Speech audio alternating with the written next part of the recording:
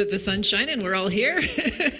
Welcome to the Center for Spiritual Living in the heart of Las Cruces, and I'm Sarah Benson, and we're going to start with a couple of songs. If you'd like to stand, you may. If not, that's fine. And yeah, let's be the light this morning.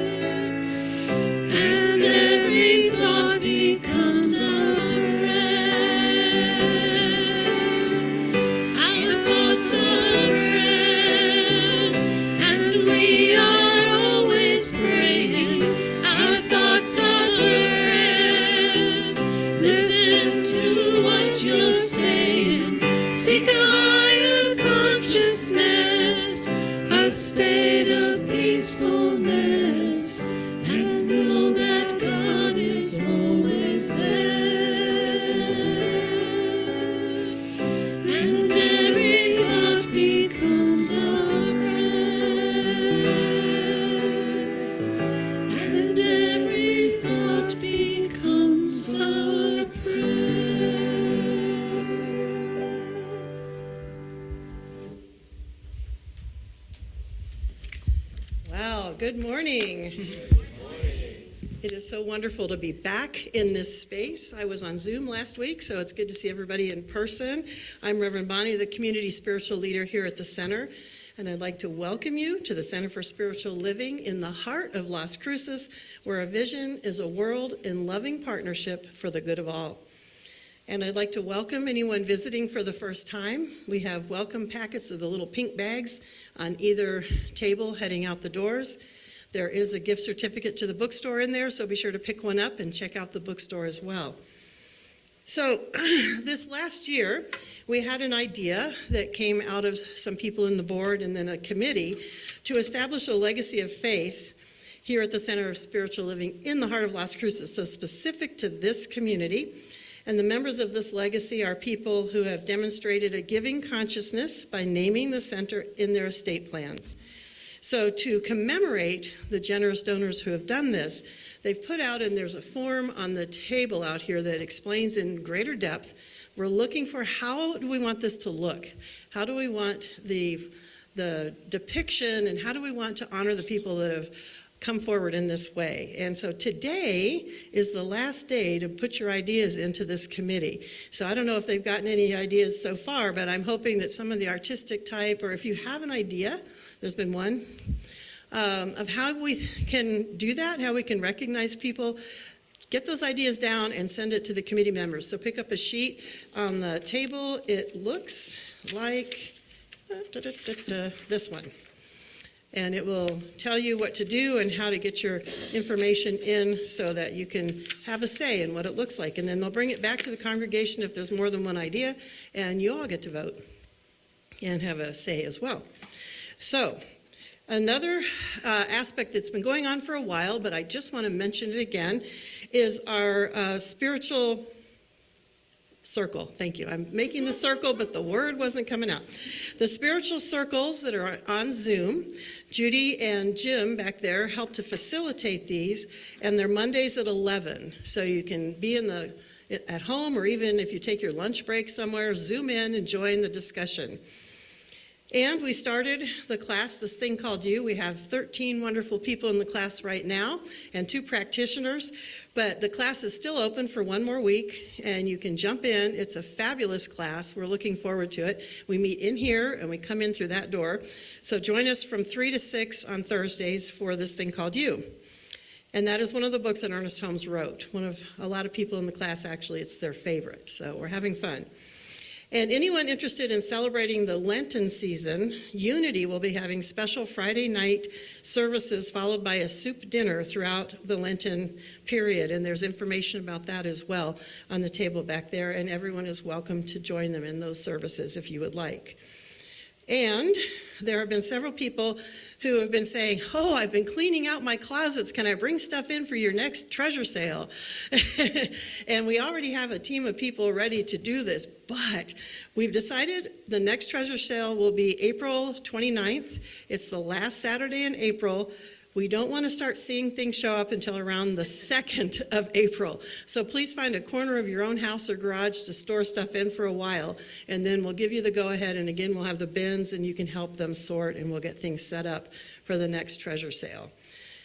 That being said, please welcome our practitioner in service, Judy Hunt. Yes? Yes? Pardon me, one more thing about legacy. The legacy is what Karen's talking about. There will be a brief workshop after the service today, so if you're interested in it, it doesn't take very long unless your questions go on forever. Okay, Karen just said that I'm saying this for the Zoom people, there's a legacy workshop after the service today. If you have any questions about how to set that up, see them, and you can get your answers to those questions. Now welcome Judy Hunt. Good morning, you beautiful people. Lovely to see you all here today. Well, we believe in the power of prayer here, and we practice it all the time, and I know that you do too. It's a big part of who we are. And Ernest taught a wonderful way to organize yourself to get the most out of your prayer, and we follow that and prosper by it. So we have a group of people, practitioners and ministers from the four New Thought centers. We're so abundant. And we meet every Tuesday and pray over your prayer requests with you. So those requests are available on the back of the seat in front of you. So if there's something that you want us to work with you on, that's where you put it, and you pop it into the God box back there, or where you put your money. And yes, I'm getting prompted, but I'm making up my own words today. Strange as they are, that's what's happening. And right after church, if there's anything that's weighing on you, and I'm available, Bob too, Bonnie, and if there's something that you'd like a prayer on, we're available. It's brief and it's pretty wonderful, so please use us. Now, it is, and there's gratitude cards also on the back of your chair. So we want to hear how Spirit is moving in your life and how those prayers are being answered. It's wonderful to see. So now it's time for song, silence, and prayer.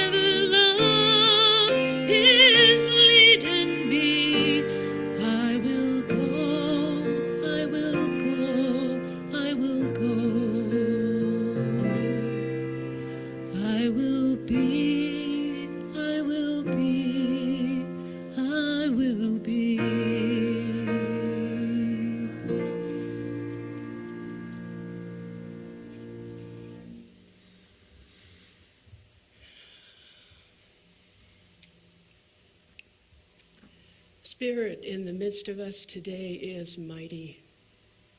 Feel the love and support that is present here in this room and that is present for each of us every moment of every day. That Spirit is working and inspiring in us and through us and always for us, always for our highest and best.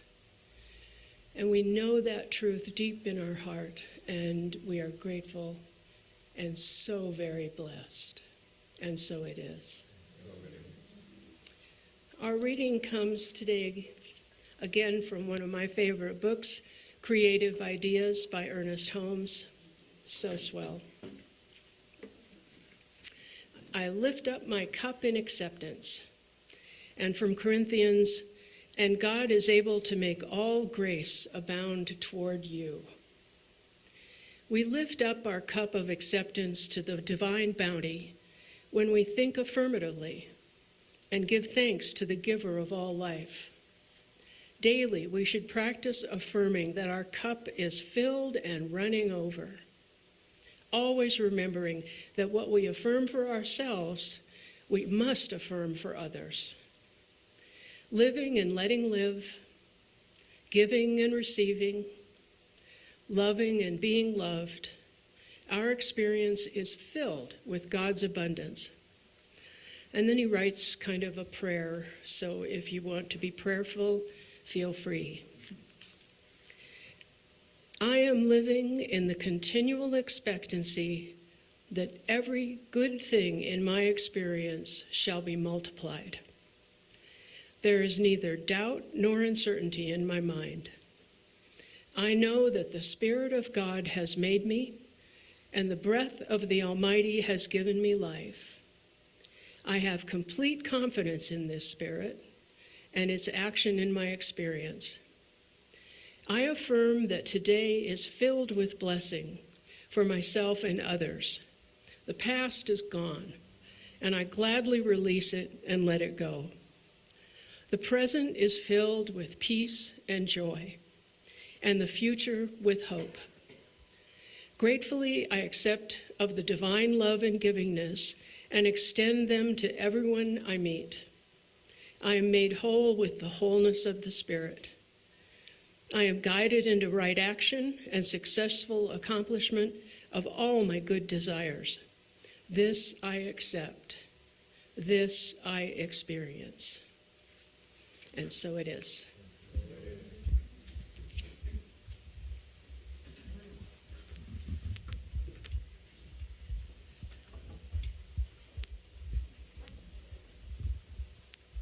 Hang on, I'm coming up. Okay.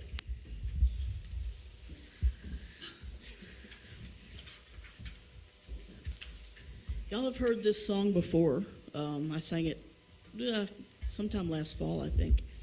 And it's kind of a challenge.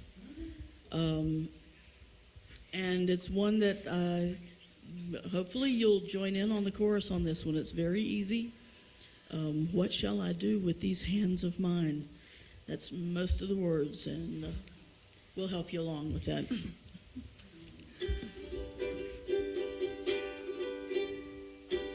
Some hands have held the world together. Some hands have fought in wars forever. Tell me, what shall I do with these hands of mine? Some hands have blessed 1,000,000 people. Some hands helped free the world from evil. Tell me, what shall I do with these hands of mine? What shall I do with these hands of mine? What shall I do with these hands of mine? The world could use a hero of the humankind. So tell me, what shall I do with these hands of mine? Some hands can stop a life from dying. Some hands can stop a baby's crying. Tell me, what shall I do with these hands of mine? What shall I do with these hands of mine? What shall I do with these hands of mine? The world could use a hero of the humankind. So tell me, what shall I do with these hands of mine? I want to sing it from my heart. I want to hear it in the wind till it blows round the world and comes back again. And all that we can ask is for ours to be free, to use them when we want, for whatever the need. Some hands give voice to a nation. Some hands wrote the times they are a-changin'. So tell me, what shall I do with these hands of mine? What shall I do with these hands of mine? What shall I do with these hands of mine? The world could use a hero of the humankind. So tell me, what shall I do with these hands of mine? What shall I do with these hands of mine? What shall I do with these hands of mine? The world could use a hero of the humankind. So tell me, what shall I do with these hands of mine? So tell me, what shall I do with these hands of mine?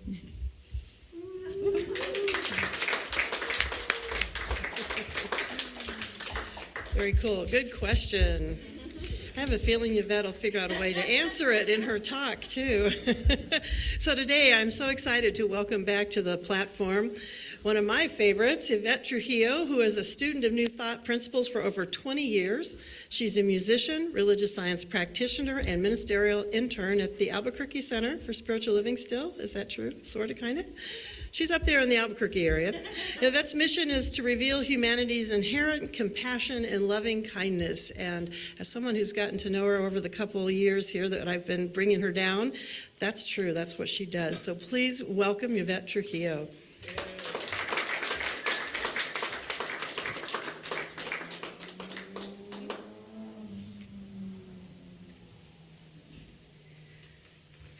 Good morning. Ooh, so many of you here. Oh my gosh, it's a good day. I think I have this up. No. All right. Y'all know I have to bring my phone because I can't do the time there. So just one moment, please. Okay. Fantastic. Good morning again. It's wonderful to be here. Thank you so much for joining me this morning. Thank you, Reverend Bonnie, for having me. I always appreciate the invitation. I had a fun time this weekend. Y'all know my mama lives in La Union, just south of here. So every time I come down here, I take a little time to visit with my mom. And it was a beautiful visit down on the pecan orchard. I got to see my godmother. I got to see some beautiful old friends. So this has been just a heart-filled weekend. And y'all are the perfect way to wrap that up. So thank you for being here with me. So in the month of January, as is kind of a tradition with the Centers for Spiritual Living, we are talking about the foundational teachings of science of mind, the root and reboot. And so we've been talking about, the thing itself, what it is, how it works, how we use it, all the good things, and then gratitude, fundamental things. So now that we have gone through all of that, we are going to talk about what we get to do with that. Who are we in that whole beautiful package of these principles of science of mind? And I sat there before getting up here crying. Good thing I'm in the front row. Because the music today is perfect. I just had to start laughing. I was laughing and crying at the same time because God is so good. So you've already started to hear what I'm going to talk about today. So yes, you're right. I want to start today about a story, a little bit of a story. When I was a little kid, there was this really cool movie that came out, very popular, scary as all get out. So who in the world thought, in their infinite wisdom, that a 4-year-old should be watching this movie is beyond me. I love you, Mama. It was Jaws. Who in here did not see the movie Jaws? Did not? Really? Oh my goodness. Okay, so there's going to be a little more detail. So Jaws is this story where it's coming into the season for this this little town on the ocean, and they're getting primed. All the little businesses are pumping up because they're going to have lots of people coming to visit, right? And then all of a sudden there is this shark that they start seeing that's coming in too close for comfort, and then there's shark attacks. But the city people, the government doesn't want to shut things down because it's almost time for their peak season, and the police is saying, we got to shut this thing down. We can't have our guests in our fair city going into the ocean getting eaten by a shark. And they say, no. So he runs into this gentleman named Quinn, and he's a captain of a boat, and he says, he's a shark hunter. I can hunt that shark.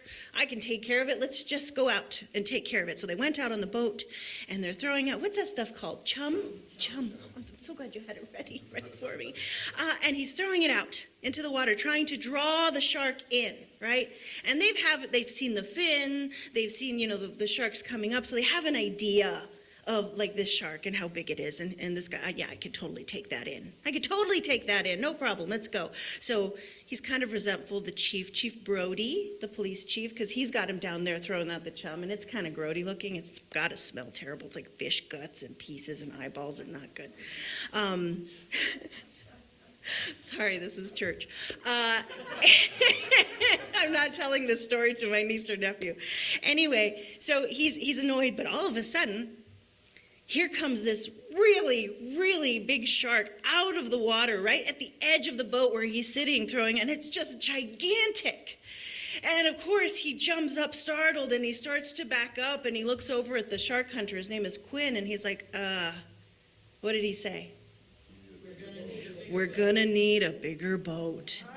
We're gonna need a bigger boat. That is just one of these sayings or quotes from a movie that just has been going on forever. So even if you've never seen Jaws, you might have heard the quote, we're gonna need a bigger boat.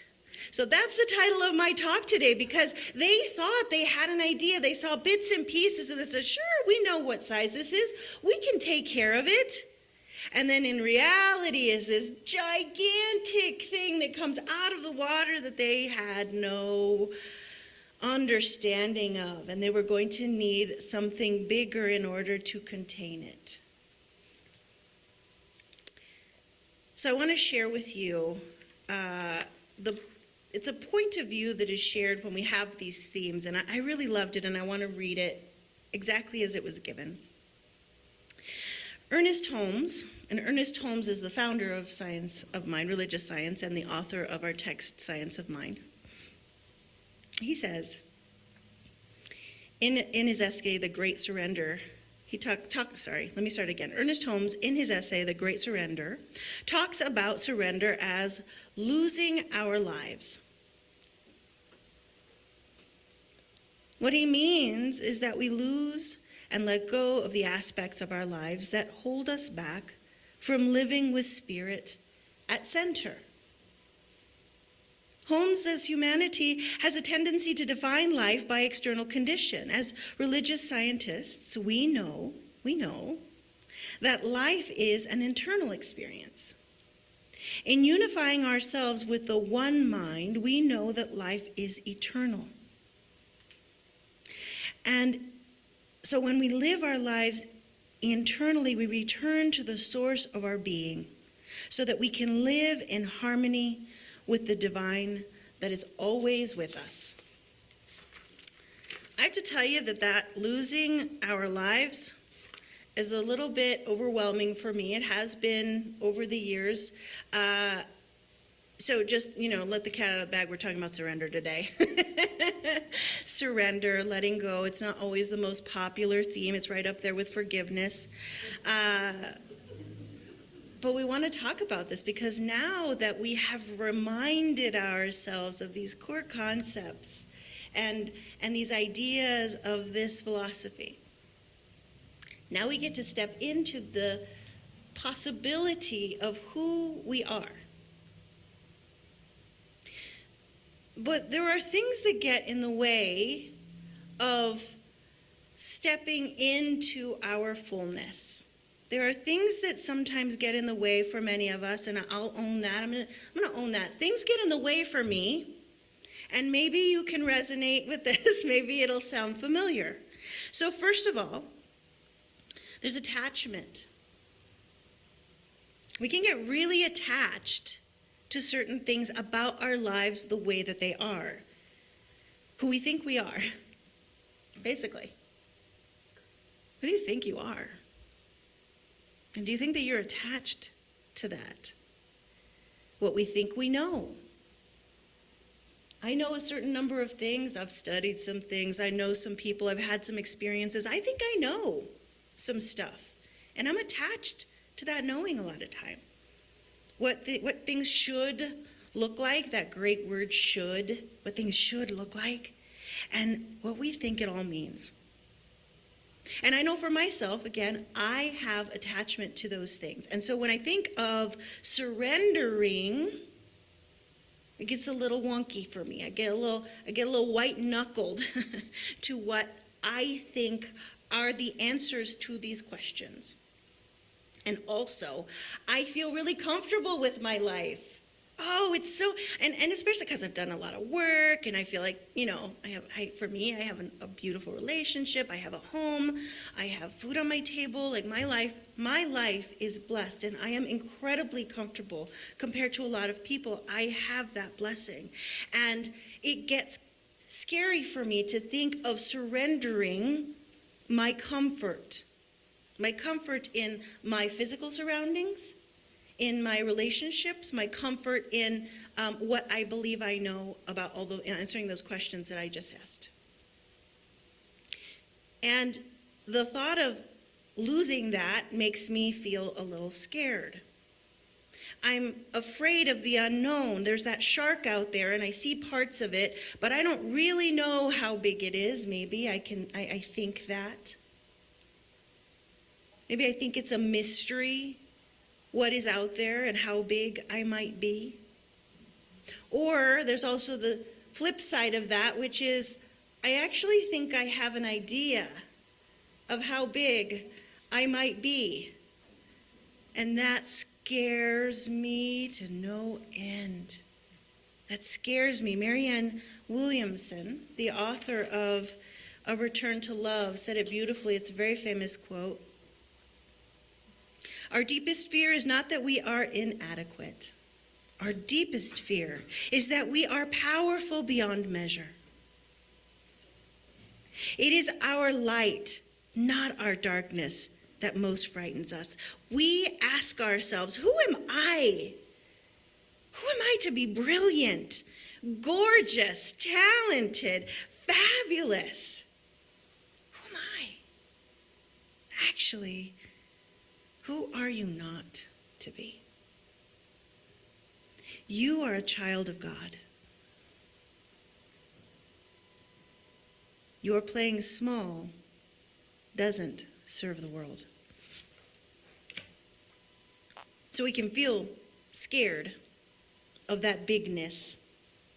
We might have an inkling of it, but we don't have a clear shot of it, so it's still this unknown. It's still just that fin out in the distance. So I want to ask the question, who are you? Who are you? How we get to understand the truth of who we are in that bigness, that big idea, that giant concept. We do it here through, one way is through affirmative prayer, right? There's 5 steps of prayer, and we start our prayer with recognition. Recognition that God is. God is all there is. And as a practitioner, we follow this 5-step prayer process to kind of get ourselves into that knowing. So recognition for us as practitioners, when we pray, sometimes it can take us a while and you're like, oh, she's just going on and on and on. And that's because as practitioners, we're going to recognize that God is all there is and say it until we feel it, until we know it. And we don't move on in our prayer until we can sink into that knowing and say the rest of our prayer from that place of knowing. And for me, some of the ways, the birds in the sky, and oh my goodness, the sunrise this morning, or whatever it is for me that inspires me, that calls to that bigness of spirit. That's what I call upon as a practitioner. That's how I do my prayer, and I center myself and chunk. I know. I remember. And then we unify. So not only is God, that thing, I am a creation of it. I am made of it. And so therefore, what it is, I am. And as a practitioner, when I'm praying with you, I know that for you as well. I know that for me. I know that for you. I know that for you. I know that to be the truth in any circumstance, in any situation. So, for example, I know that God is the magnificence of, oh my gosh, when I was driving down here on Friday night, the sunset was beautiful. You can see so much more of the sky here in Las Cruces. I live kind of in the trees in the valley. You see, and it was magenta and shadow and light and the mountain. I mean, just amazing. God is that. And every single night, it's a new show. It's a piece of art across our sky. God is that. Or like Einstein. The brilliance and genius of Einstein. What Einstein knew, what Einstein figured out, what he taught us. I don't really even know what that is, but I know it's really cool. And even though I don't know what it is, I know it's really awesome, and so I can use it for myself to connect to that brilliance and genius of God. Or beauty, the music, like these amazing notes strung together, beautifully and perfectly, with words and harmony and feeling, in a way that gives me chills and opens my heart and makes me cry. Notes strung together in a particular order. That is God.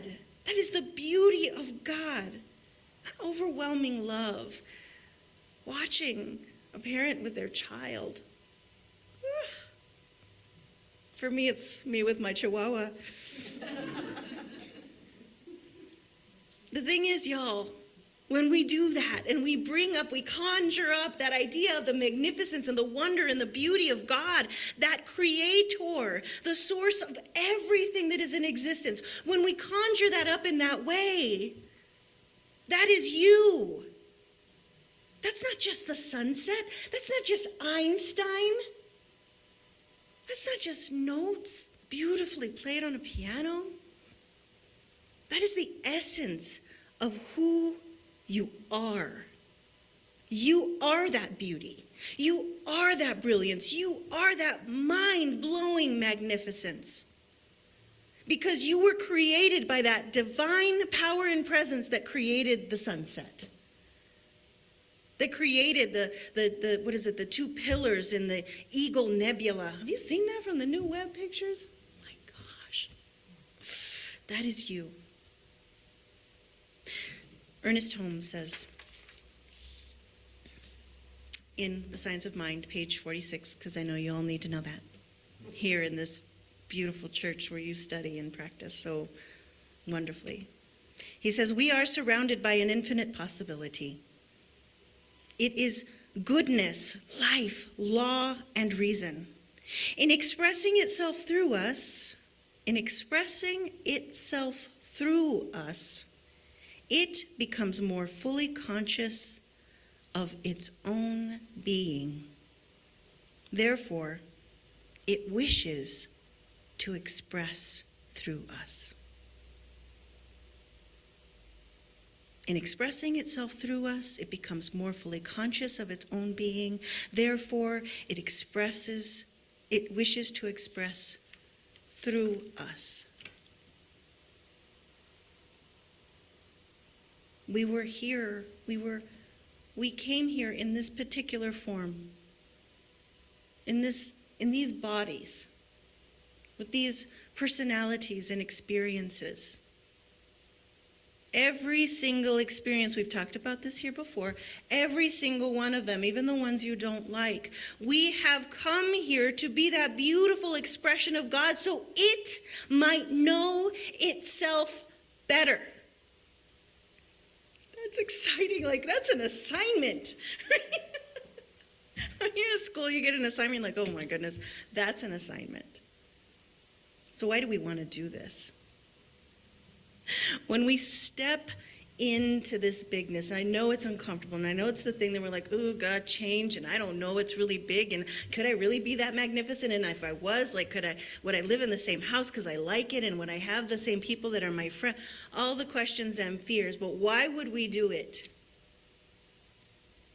When we step into that wonder, that mystery, of that bigger, magnificent life that we were put here to live.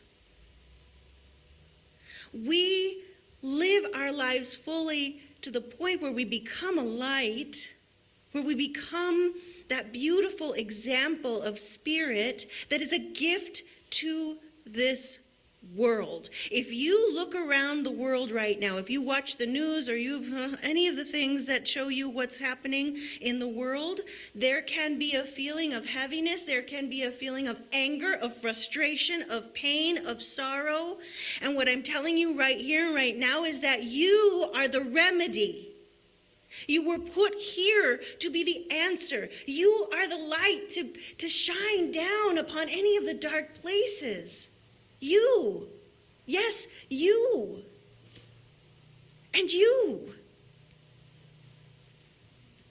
You were created by that one powerful presence. And it indwells you. It lives you. It breathes you. It thinks you. Reverend Bonnie mentioned that my purpose, my ministry, is to reveal humanity's inherent loving kindness and compassion. I sat around a table yesterday evening with some retired teachers, and they were sharing stories, heartbreaking stories of children that they engaged with, that they tried to help. And in two of these stories, the children died. I have a very insulated life. I don't see and touch that often. But what I know is that breaks my heart when the vulnerable are harmed. And what I know 100% in the marrow of my bones is that when we begin to reveal that each and every person is whole, complete, perfect, missing nothing, an expression of spirit, that we have a world. We have a world that is compassionate and that is an expression of loving kindness. Why do this? Why step in to this possibility of who you actually are? Why? Because you get to make a difference in that.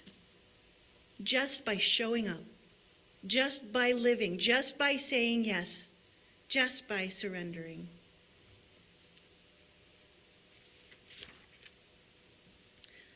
So, what do you think it should look like? What do you think your life should look like? If you were to let go of the comfort, let go of the attachments, what do you think your life would look like? What is it that you think you know?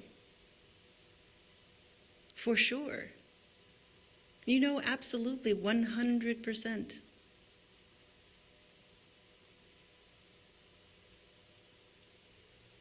What do you think it means? What do you think this whole life means?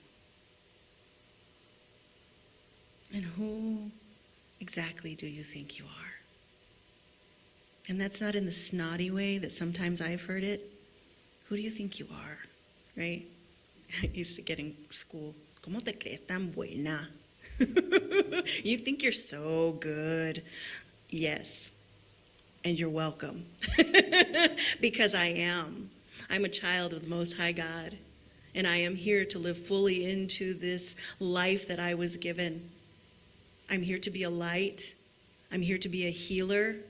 I'm here to be a friend.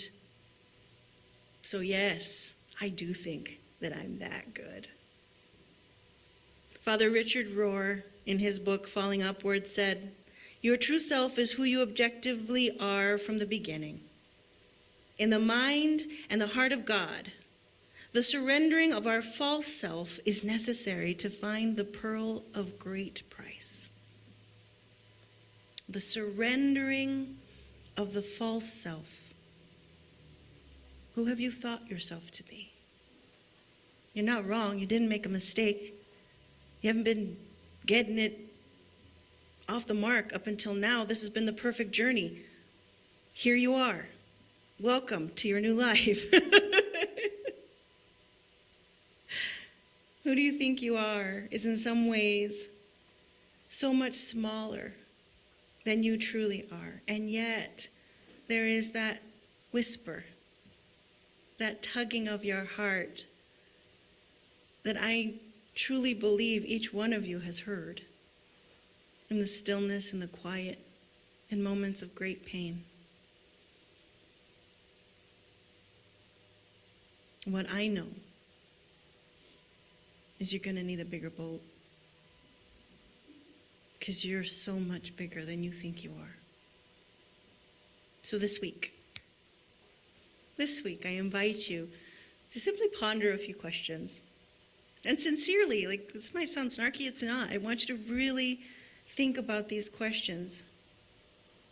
Am I here to live the fullness of this life?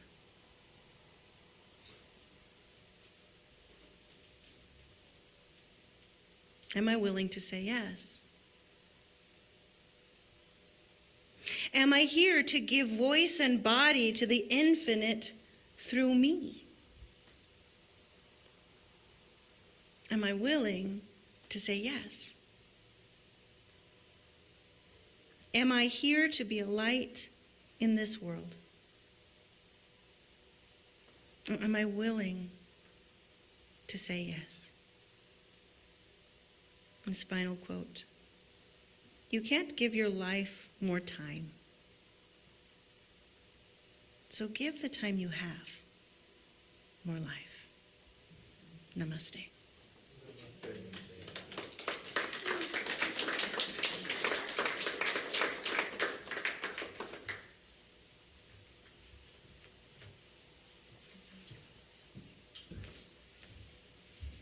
Okay, wow. Good questions. And so now it's time for us to go within and contemplate that. And I invite the practitioners to stand and just surround this room holding that space. And I invite you to just surrender in this moment to going within. And once again, hearing those questions in your mind, summarized by, are you willing to say yes? Spirit, God, however you envision that, however you see that, something so much bigger. And even though that shark was scary, in reality, that shark is God expressing as well. And so we open our hearts and minds to seeing the truth of all of God's expressions. And as we open our hearts and minds, we create the bigger space, the bigger boat, to welcome in our good, to shine more brightly, and to allow that good to move in and through us into this world, the gifts that we are, the gifts that God is moving through us. And so I am so grateful for this reminder today, for all the analogies and visions and pictures that came to mind as Yvette was speaking, knowing that she is already a minister in her own right, bringing her truth and her beauty and her light into this world, sharing it with us today. I am so grateful. I'm grateful for each person here who opened their hearts and minds to hear these words. Already the boats are getting bigger. They're clanking against each other. We're just making an amazing splash in this world, and we're taking it out into our larger community, to our families, to our homes, and the world at large. And so I know that good is happening here. The light is shining in and through us. And in gratitude, I just know that as we complete today's service together, it's the beginning of a greater shining in the world. And so with gratitude, I just release these words as we say together, and so it is.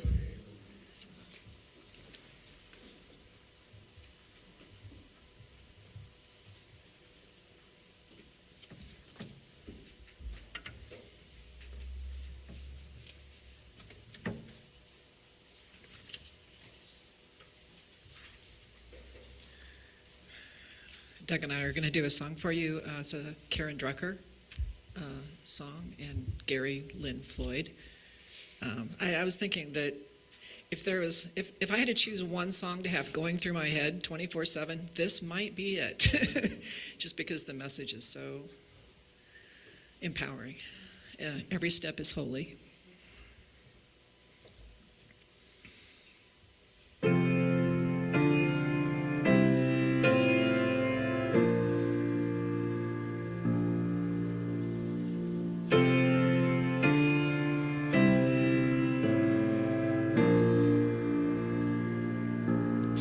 Every step is holy, every breath is life, every moment precious when held up to the light, every heart connected, each the face of God, grace has shown. Every step is holy.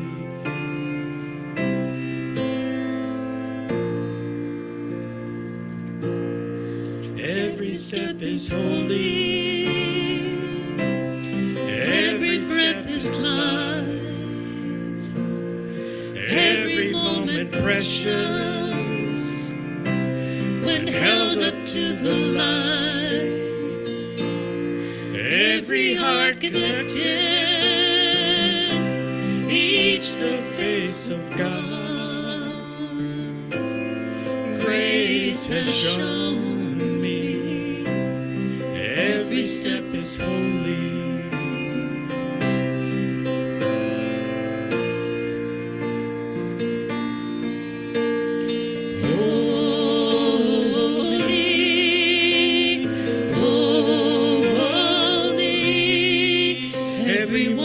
Every breath, every step is holy. Every step is holy. Every breath is life. Every moment precious when held up to the light. Every heart connected, each the face of God. Grace has shown me. Every step is holy.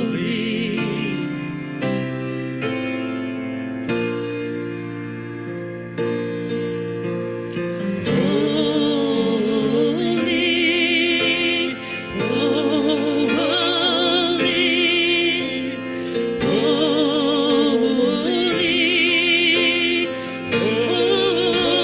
Every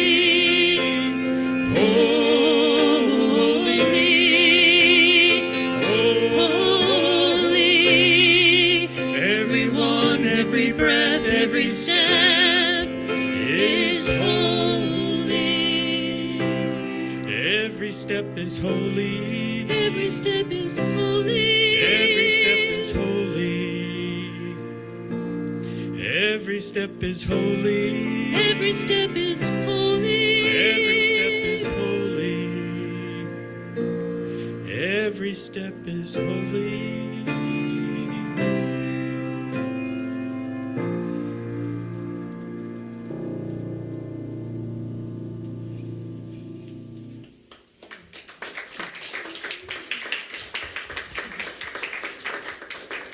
Every step is holy. And Doug, stand up and take the applause. Sarah, thank you, because it is moving through you. That was a gift. Thank you. And I'm so grateful to the other musicians. Look at the size of the people that have stepped up to sing for us and bring us music.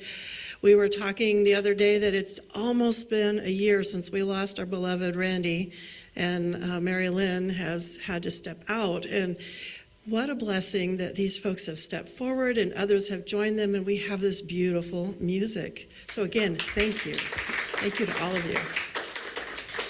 Because what we know is when that void happens, people step forward. Spirit still fills it, and the light is still here. So, brought tears to my eyes. It was beautiful. Every step is holy. So I hope you take that message today of who you are, and remember that as you take those steps, that every step is holy, that you are taking that answer of light out into the world. What a beautiful message this morning has been. And so I trust that you will, as Edward said last week, what is your spiritual practice when you're watching TV or scrolling through social media? What is your spiritual practice? Remembering that every step is holy and you are the light that can shine in those corners. So thank you to everybody who participated in today's message, and for all of you being here. Your energy is why we're here. You are here because we get called by you to be here. And so I'm grateful to each and every one of you. And at this time, it's important for us to think about how it is that we sustain the center. We are still celebrating the fact that we burned the note. We no longer have a mortgage in this center. So we have the freedom to do some more things. We'll be visioning on that and seeing how we can make the space look more attractive. But more important than the space is us doing that internal work, remembering that we are the light. We are the light that's going to attract in more wholeness and more truth and more love for people to see in this space. And by doing that, we also believe in the abundance of God, and that 10% of everything that comes in here, we move through. It's through us. We don't let it get stuck here. And this month, it's going through, this is the last month, or the last week of this month, going to Big Brothers, Big Sisters. And there's Nancy in the back of the room. That is her little sister that she's been with many, many, many years, 12 years. Wow. Influencing the life of this young woman who has turned out to be absolutely amazing human being as well. And so what we know is that for more than 100 years, Big Brothers Big Sisters has operated under the belief that every child has the potential to succeed and thrive. Isn't that what we believe? Every child. As the nation's largest donor and volunteer-supported mentoring network, they make meaningful, monitored matches between adult volunteers and children ages 6 through 18. And research shows that positive relationships between littles, the children, and their bigs have a direct and measurable impact on the children's lives. Even when it might not appear that it's been an impact, the teachers had an impact on those children's lives.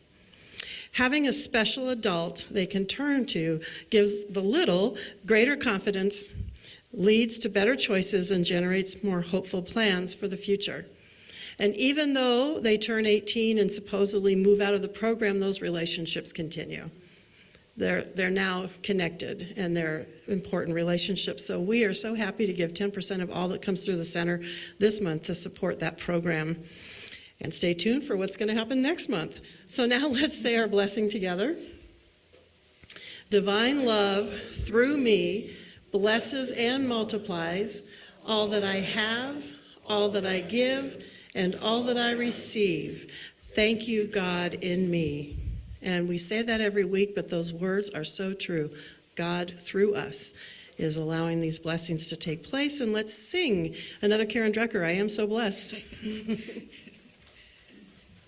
I am so blessed, I am so blessed, I am so grateful for all that I have. I am so blessed, I am so blessed, I am so grateful, I am so blessed. So blessed, I am so blessed, I am so grateful for all that I have. I am so blessed, I am so blessed, I am so grateful, I am so blessed, I am so grateful, I am so blessed.